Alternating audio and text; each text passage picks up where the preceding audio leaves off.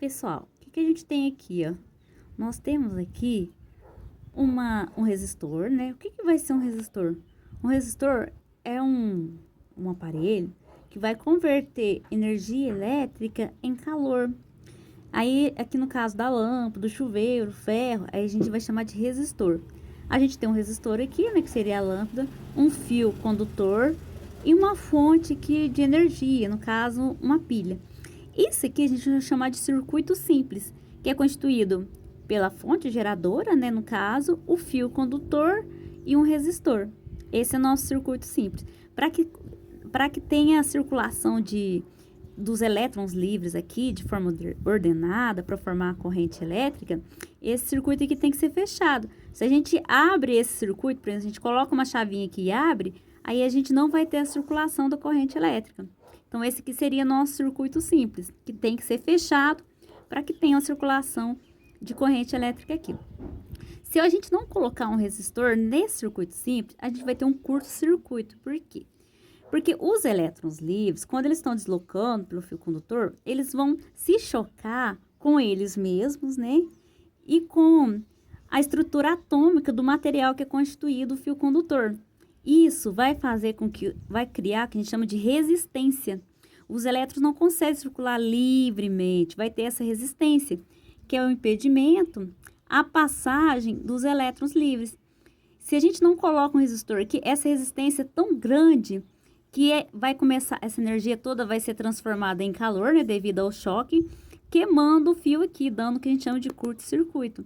Então, resistência seria isso, impedimento da passagem dos elétrons livres, que se chocam com eles mesmos e com a estrutura atômica do material que ele é constituído.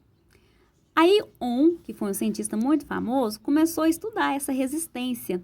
E o que ele percebeu? Que a tensão, que a gente vai chamar de primeira lei de Ohm, que a tensão de um circuito era proporcional à resistência e à intensidade da corrente elétrica. É o que a gente vai chamar de primeira lei de Ohm. Quando a gente tem um circuito em que a tensão dele é proporcional à corrente elétrica e à resistência. Esse aqui seria o gráfico aqui para representar a primeira lei de Ohm.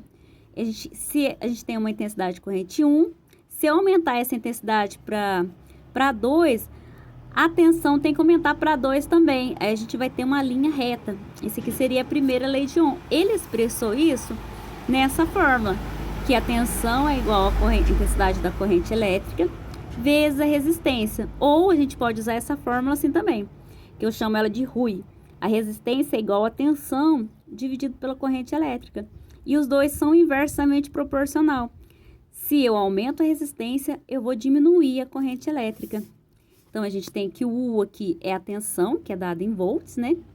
E a intensidade da corrente elétrica, que é dada em amperes, né? E para resistência, a gente vai usar essa letra aqui do alfabeto grego, que a gente chama de ômega. Vai chamar de Ohm. Então, para resistência, a gente tem como unidade de medida o Ohm. Essa seria a primeira lei de Ohm, que a gente vai definir como a tensão proporcional à resistência e proporcional à intensidade da corrente elétrica. Segunda lei de Ohm. A segunda lei de Ohm, o Ohm observou que alguns fatores, o primeiro fator que vai interferir na resistência é a temperatura. Então, quanto maior a temperatura aqui, ou desse fio condutor, maior a resistência, porque mais os elétrons vão se chocar com eles mesmos e com o átomo do material, vai aumentar a resistência. Então, se eu quiser ter um supercondutor, eu vou ter que achar um que a temperatura que a gente chama de 0 grau absoluto, a temperatura mínimas. E quanto maior a temperatura, maior a resistência. Aí ele observou que também que alguns outros fatores, como o material do condutor, né, que ele chamou de resistividade, usou a letra P para caracterizar, interferia na resistência. Ele observou que a área do fio condutor também interfere na resistência, que quanto maior a área, menor a resistência, ou vice-versa, né? Quanto maior a resistência, menor vai ser a área. E ele observou que o comprimento do fio também vai interferir na resistência, que a resistência é proporcional ao comprimento do fio.